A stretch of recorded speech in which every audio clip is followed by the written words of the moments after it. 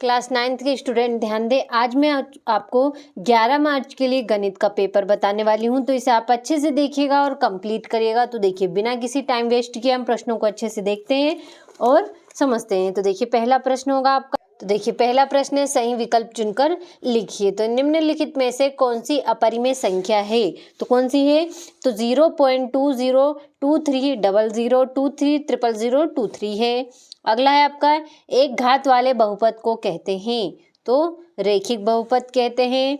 और समान आकार एवं समान आकृति वाली आकृतियां होती हैं तो सर्वाक्षम होती हैं। और अर्धगोले का आयतन होगा तो 2/3 पाई क्यूब होगा। अगला है, यदि 2x - 3 = 5 तो x का मान होगा तो कितना होगा? 4। और बहुपद x² - x + 4 में x का गुणांक है तो कितना है? -1 है। तो देखिए, इस तरीके से आपका पहला प्रश्न आंसर सहित कंप्लीट हुआ। ये रहा आपका इंग्लिश मीडियम वालों के लिए, तो अच्छे से स्क्रीनशॉट के माध्यम से कंप्लीट करिएगा। देखिए, ये रहा, आप अच्छे से देखिएगा और कंप्लीट करिएगा। दूसरा प्रश्न है आपका, रिक्त स्थानों की पूर्ति कीजिए। तो जो संख्याएं p/q q ≠ 0 के रूप में व्यक्त की जा सकती हैं, जहां pq पूर्णांक है, अपरिमेय संख्याएं कहलाती हैं। और किसी बिंदु की x अक्ष से लंबवत दूरी उस बिंदु की y निर्देशांक अथवा कोटि कहलाता है। यदि 3 या अधिक बिंदु एक ही सरल रेखा में हो तो वे बिंदु संरेखी बिंदु कहलाते हैं। आगे है वह चतुर्भुज जिसके विकर्ण परस्पर समकोण पर समद्विभाजित करे समचतुर्भुज होता है। और अर्धवृत्त का कोण 180 डिग्री सेल्सियस होता है। और एक ही अंक की पुनरावृत्ति संख्या उस अंक की बारंबारता कहलाती है। तो देखिए, इस तरीके से आपका दूसरा प्रश्न कंप्लीट हुआ।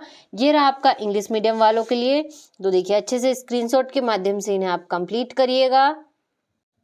अब देखते हैं हमारा तीसरा प्रश्न, जो कि है सही जोड़ी बनाइए। तो 1/100 तो इसका होगा 0.01। प्रांत डोमेन तो इसका होगा x निर्देशांक। 90 डिग्री से अधिक एवं 180 डिग्री से कम माप वाला कोण तो इसका होगा अधिक कोण। और दो बराबर वृत्तों की त्रिज्याएं तो इसका होगा आपका बराबर। और रेखा y अक्ष की को काटे तो होगा x का मान 0। और x² - y² तो इसका होगा आपका एक कोष्टक में x + y और एक कोष्टक में x - y। तो इस तरीके से आपका तीसरा प्रश्न कंप्लीट हुआ।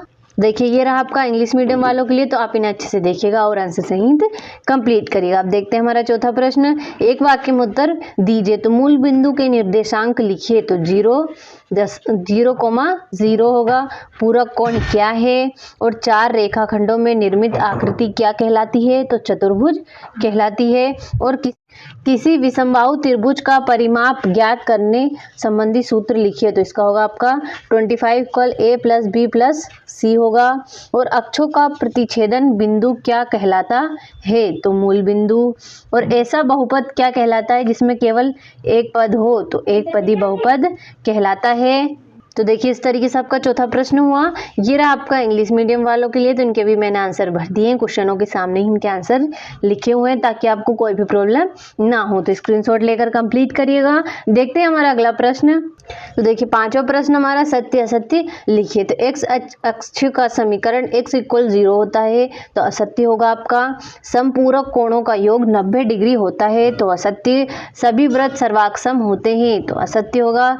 बिंदु -8,0 x अक्ष पर स्थित है तो सत्य है। और प्रत्येक पूर्ण संख्या एक पूर्णांक होती है तो ये भी आपका सत्य होगा। और बहुपद 7 एक पदी व्यंजक है तो ये आपका सत्य होगा। तो इस तरीके से आपको पांचों प्रश्न कंप्लीट हुआ।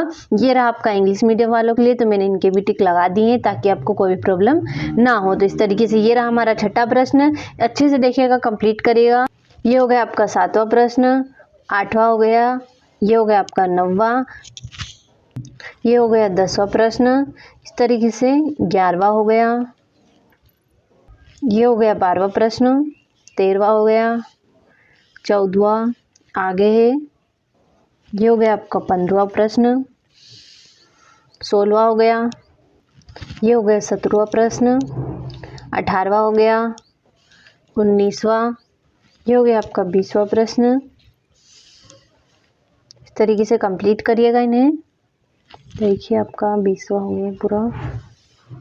ये हो गया आपका 21वां, ये हो गया आपका 22वां प्रश्न और ये हो गया 23वां। तो इस तरीके से आपको कुल 23 प्रश्न दे रखे हैं। तो इन सभी को आप बिना डाउट के अच्छे से कंप्लीट करिए ताकि आपको पेपर में किसी भी तरह की कोई भी परेशानी ना हो और आप पेपर में अच्छे से अच्छे अंकों से पास हो सके। तो बिना डाउट के सारे क्वेश्चनों को जल्दी से कंप्लीट करिए।